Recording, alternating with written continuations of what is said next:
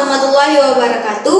Perkenalkan, nama saya Mia Ajeng Pranesti dengan NIM 06101182 530004. Di sini saya akan mempresentasikan mengenai esai yang telah saya buat.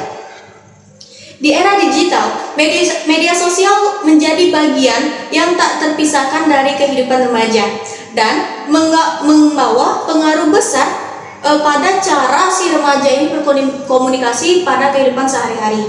Nah, fenomena ini menjadi perhatian serius karena menyangkut kualitas masa depan bahasa Indonesia sebagai identitas bangsa Indonesia. Nah, di esai yang telah saya buat dengan judul Pengaruh Media Sosial Terhadap Bahasa Remaja akan membedah secara komprehensif masalah apa yang terjadi, tantangan apa yang muncul, serta solusi strategis yang menjaga eksistensi bahasa Indonesia. Platform seperti Instagram, TikTok, dan WhatsApp memicu munculnya gaya bahasa yang dinamis, unik, dan informal. Adapun inovasi yang banyak seperti penyingkatan kata, bahasa campuran, atau bahkan penggunaan emoji yang menggantikan kata maupun kalimat. Nah, sebagai contoh, istilah seperti BTW, yang dimana itu aslinya adalah by the way, kemudian ada gue, itu yang aslinya itu saya. Terus yang terakhir seperti PGN, disingkat menjadi PGN, padahal itu artinya adalah pingin. Nah, hal ini telah menjadi lumrah dalam kalangan remaja. Nah, si remaja ini menggunakan bahasa ini karena cenderung menyenangkan, mudah, dan menjadi identitas sosial agar mereka tuh mudah beradaptasi dengan kelompoknya. Nah, tentunya ini akan memiliki dampak pada bahasa Indonesia mereka.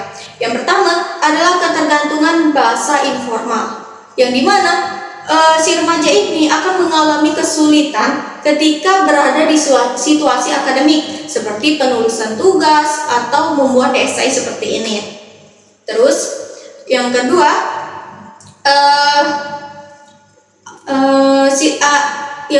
terjadi ketidakpahaman antara generasi muda dengan orang tua atau guru yang tidak mengerti dengan istilah-istilah baru tersebut.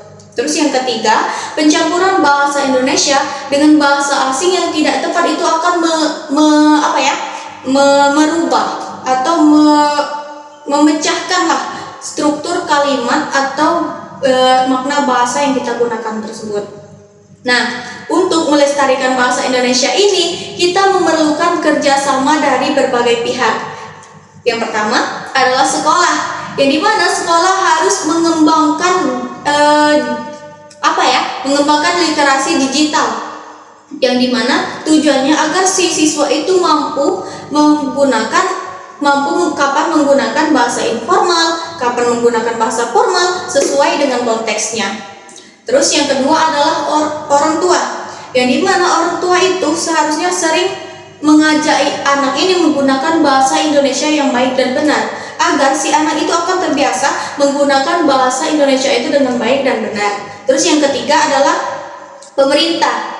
Nah, lembaga yang terkait ini didorong untuk melakukan kampanye bahasa yang menarik melalui media sosial dan mengembangkan aplikasi edukasi yang modern lah, agar si generasi muda ini tertarik. Nah, sebagai kesimpulan, media sosial adalah tantangan sekaligus peluang bagi